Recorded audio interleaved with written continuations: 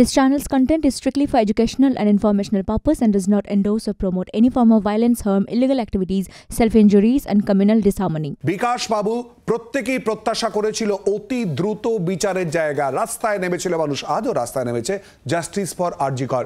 কিন্তু 90 দিন হয়ে গেল, চার্জশিটই দিতে পারলো না সিবিআই। সিবিআইয়ের ভূমিকা নিয়ে কি প্রশ্ন উঠছে না বিকাশ বাবু? না, স্বভাবতই এটা নিয়ে তো প্রশ্ন উঠবেই। প্রশ্ন না ওঠাটাই বরং একটু বিস্ময়কর হবে। এবং আমার নিজের ধারণা যে এই সিবিআই খুব পরিকল্পিতভাবেই কিন্তু চার্জশিটটা জমা দেননি যাতে এদের ডিফল্ট বেলটা হয়ে যায়। এখন এর পেছনে অন্য কোনো রাজনৈতিক খেলা আছে কিনা সেটাই খতিয়ে দেখার দরকার।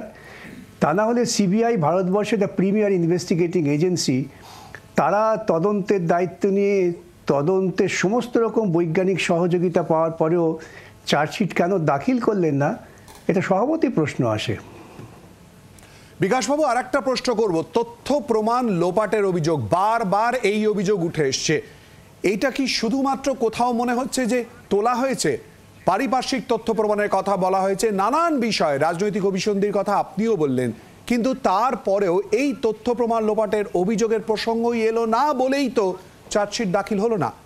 প্রশ্ন উঠবে না? আমরা আশা করব যে সিবিআই যে ভুলটা করেছেন, যে কোনো কারণেই করুক, যার পরামর্শই করে থাকুন না কেন, সেই ভুলটা শুধরে নেবেন, তারা অবিলম্বে চার্জশিট দাখিল করবেন। কেন সিবিআই ধারাবাহিকভাবে বলে এসেছেন যে তথ্য প্রমাণ লোপাট হয়েছে এবং প্রাথমিক তথ্য ছিল বলেই একজন কর্মরত ওসি এবং একটি কলেজের প্রিন্সিপালকে হেফাজতে রাখা হয়েছিল। প্রায় 90 দিন তারা হেফাজতে আছেন। সুতরাং একেবারে তথ্য নেই এ ভাবার কোনো কারণ নেই। গোটা দেশ, রাজ্যের বিভিন্ন প্রান্ত, কলকাতা তো বটেই, যে ঘটনায় একেবারে উদ্বেলিত হয়েছিল জাস্টিস ফর আরজি কর, সেখানে অভিজিৎ মণ্ডল জামিন এবং তারই পর মুক্তি পেয়ে গেলেন। আর এই মামলায় খুন এবং ধর্ষণের ঘটনা ইতিমধ্যেই সন্দীপ ঘোষের জামিন হয়েছে। কোথাও কি মনে হচ্ছে না যে ধাক্কা খাওয়ার বিষয়, যে কারণে আজকে আমরা দেখলাম জুনিয়র চিকিৎসকদের বক্তব্যে বারবার করে হতাশা বেরিয়ে আসছে, নির্যাতিতার পরিবারের মুখেও একই রকম বিষয়?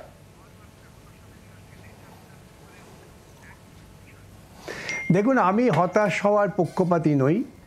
আমি একটা কথা ধারাবাহিকভাবে বলার চেষ্টা করেছি সর্বত্রই, যে প্রশাসন ঠিকমতো কাজ করবে যদি মানুষের গণ আন্দোলনটা বজায় থাকে।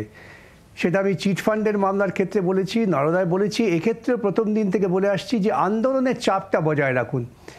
আন্দোলন যদি খানিকটা শিথিল হয় তাহলে প্রশাসকরা চক্রান্ত করার সুযোগটা পেয়ে যায়। আমরা যদি আন্দোলনটা সচেতনভাবে চালিয়ে যেতে পারি তাহলে তারাও কিন্তু সচেতন থাকবেন যে মানুষের চেতনা জাগ্রত আছে, তাকে অতি সহজে ভুল পথে পরিচালিত করা যাবে না। এইটুকু আমার নিজস্ব অভিজ্ঞতার কথা বলতে পারি। বাংলার আওয়াজ, বাঙালির আবেগ, জি 24 ঘন্টা।